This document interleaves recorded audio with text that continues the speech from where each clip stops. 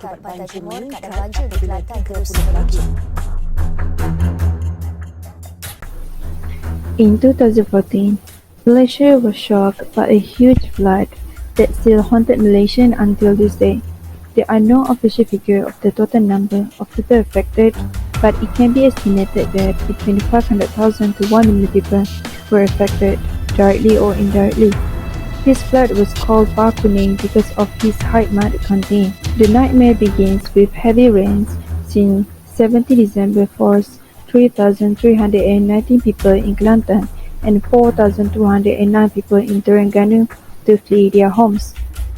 Several kereta api Tanah Melayu (KTM) intercity train service along the East Coast Road were disrupted on 18 December following the floods. On 20 December, the area of Kajang were also hit by a serious flood. By 23 December, most rivers in Kelantan, Pahang, Perak and Terengganu had reached dangerous level.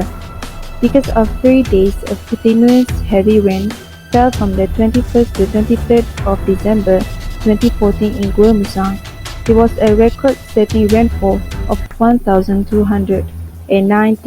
mm, equivalent to the amount of rain usually seen in a span of 64 days.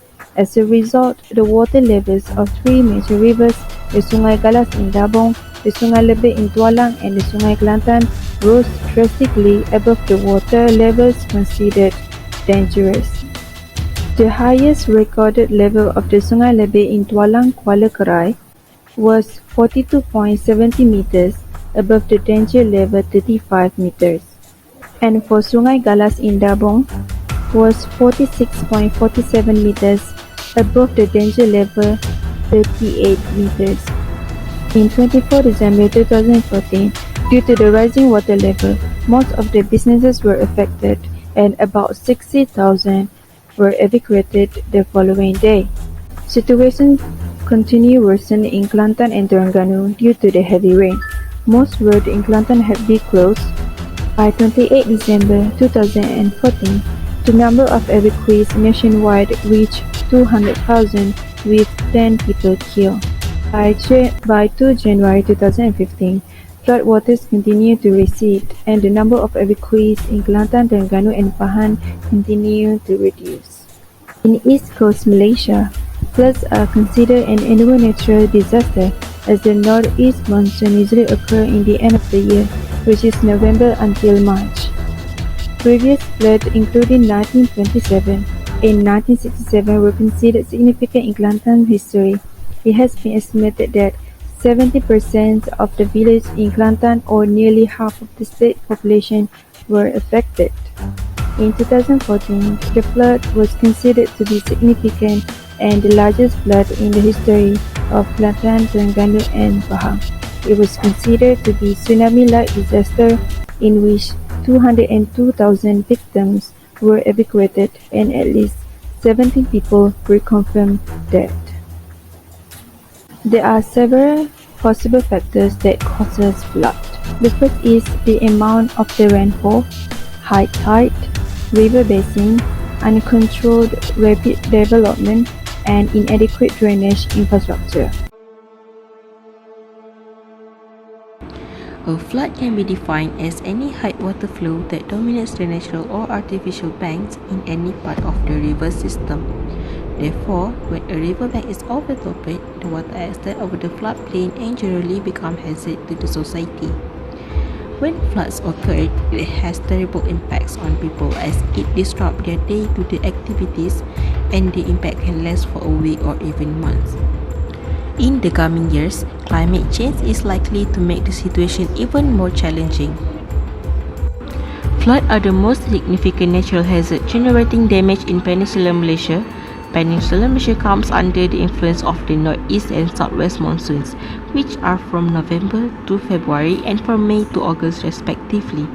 The northwest monsoon often generates heavy rain, causing widespread long-duration flooding east of the Titiwangsa Mountains. This rain sometimes spills over the mountains to affect the west of the peninsula.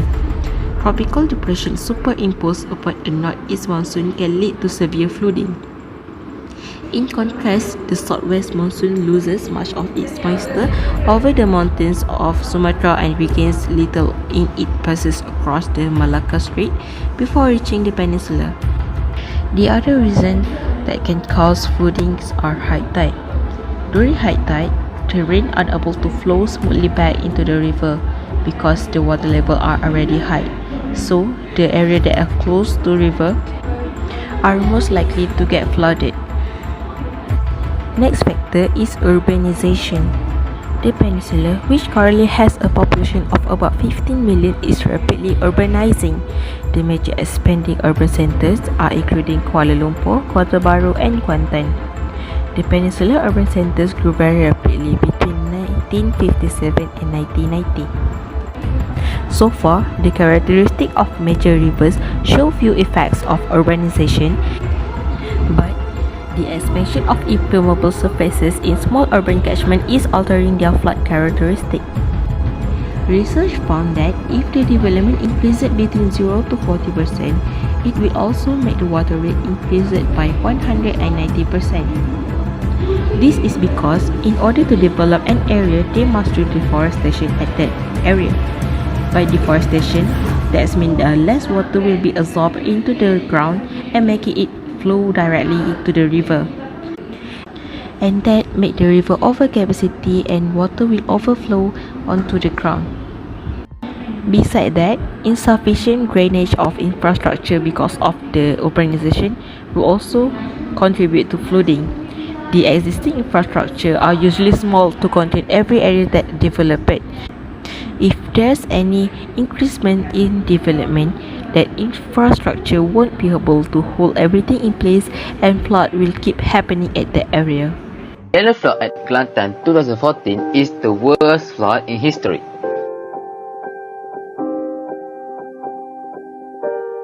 Hi everyone, my name is Muhammad Rizwan Bizana Abidin with a metric number S63727, and today I want to share all of you about the discussion on the factor occurrence of the yellow flood.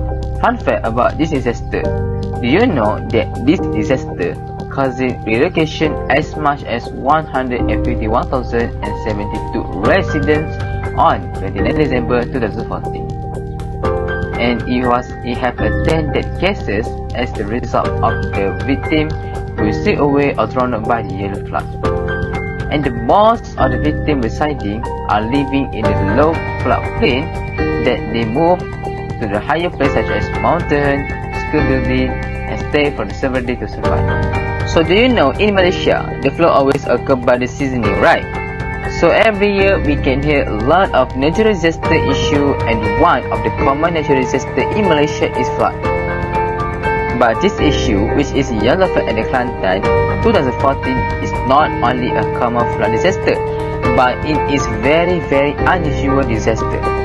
So there is one of the factor in the occurrence of this extraordinary disaster is northeast monsoon. So for your information, in Malaysia we have two monsoon season, right?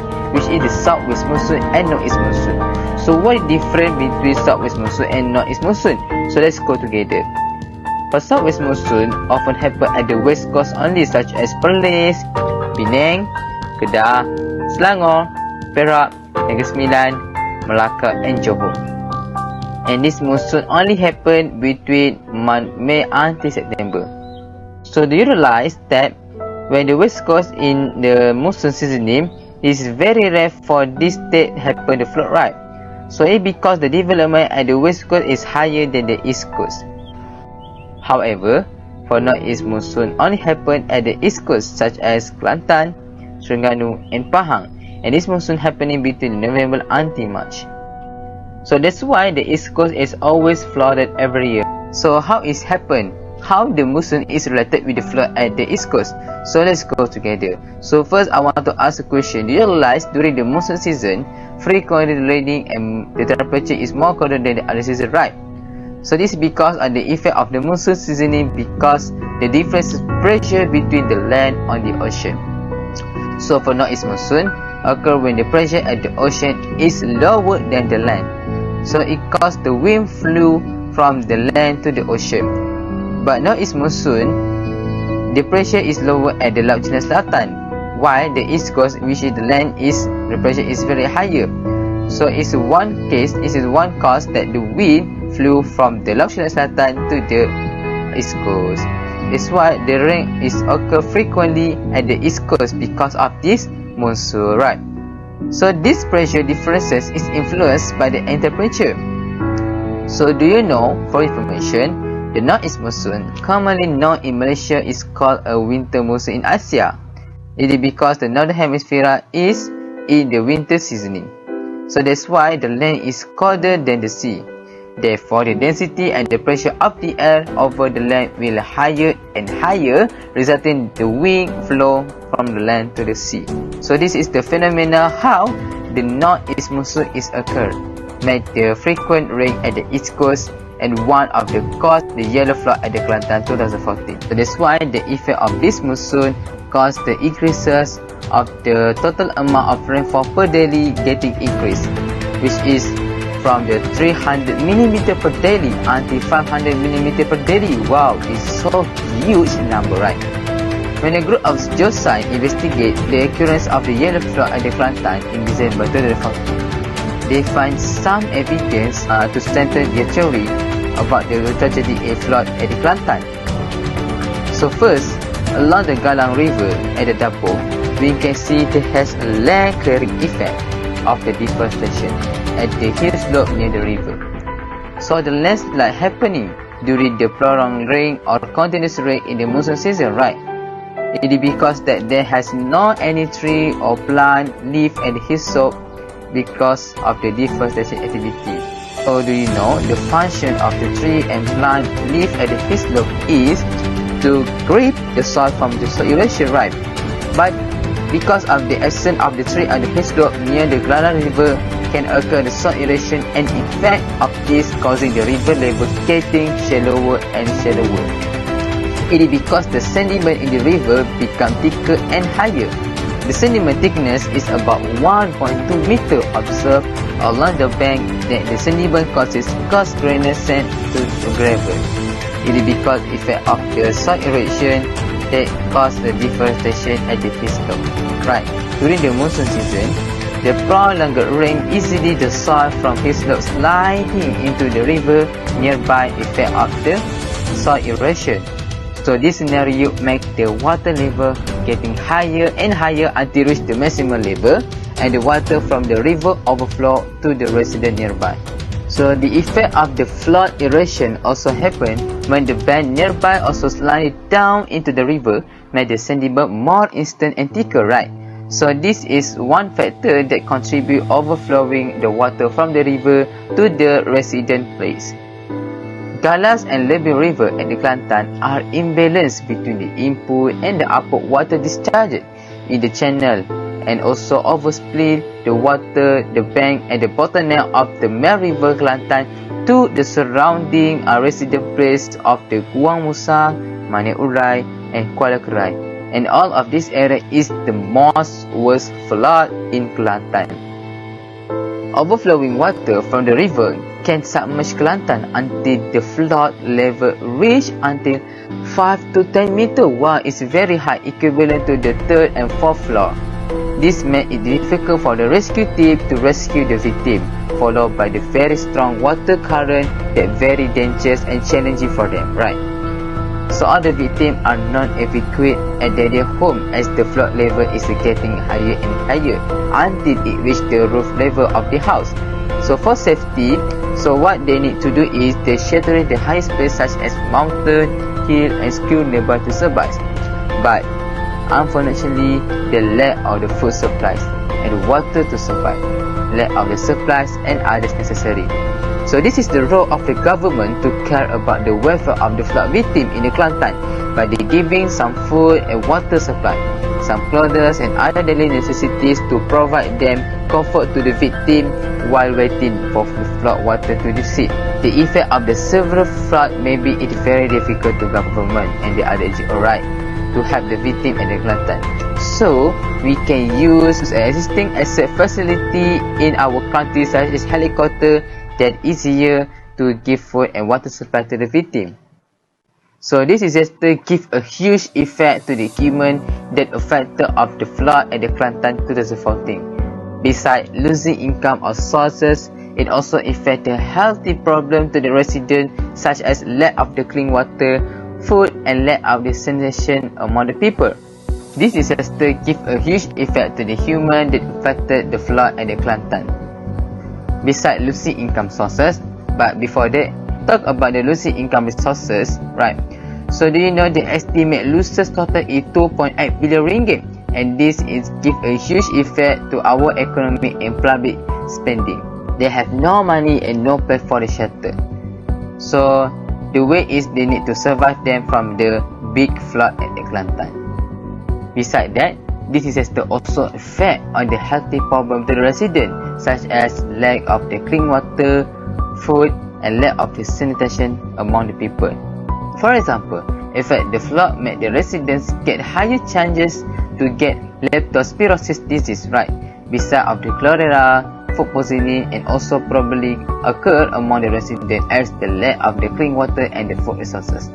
So the effect of the post phase of this disaster, we can observe there are many waste and rubbish at the surrounding, make the resident has a waste management more problem, and this scenario can contribute environment pollution.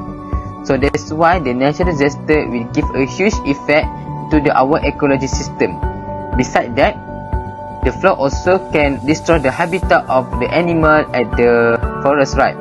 And also, it is because that the animal that live in the forest, they need to survive, and most of them are die because of effect of this flood. So this is a very serious issue that we need to discuss today. There are a few solutions that might help to reduce floods.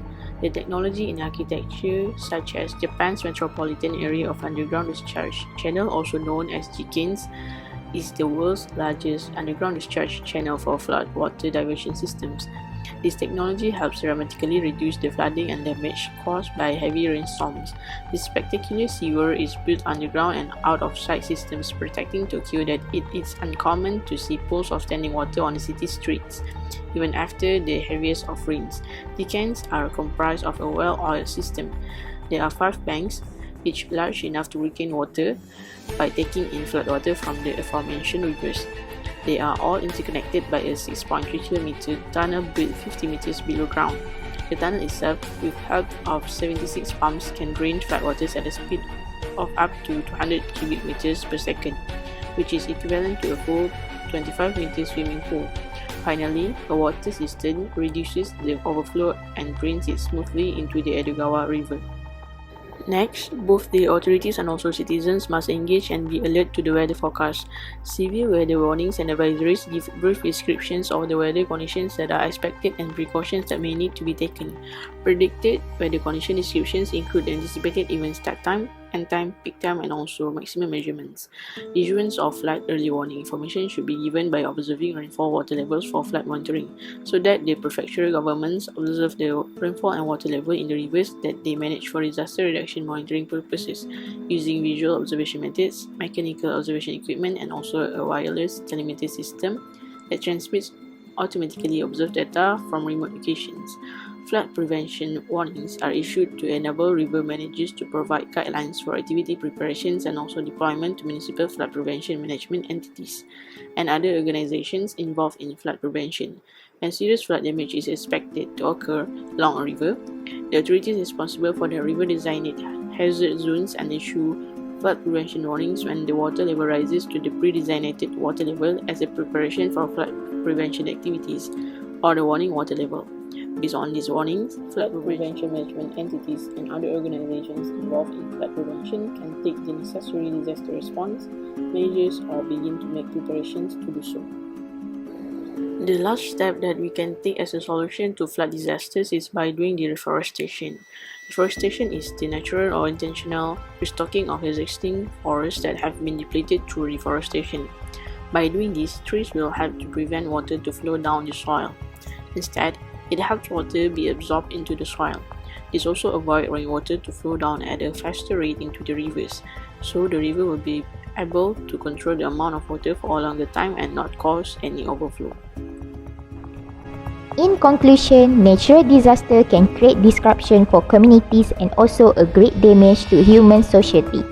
These unforeseen events that cause damage to the environment and the people, including earthquake, volcanic eruption, landslide, flood, tsunami, and also avalanches. Flood in East Coast Malaysia in 2014 can be considered an annual natural disaster. This is due to enhanced rainfall combined from the monsoon season, Mandan-Julian oscillation, and temperature below normalities at the Siberian High. This disaster had a huge impact on the communities in the affected areas. From the incident, both authorities and also citizens must engage and be alert to surroundings, especially to the community in area that always been affected.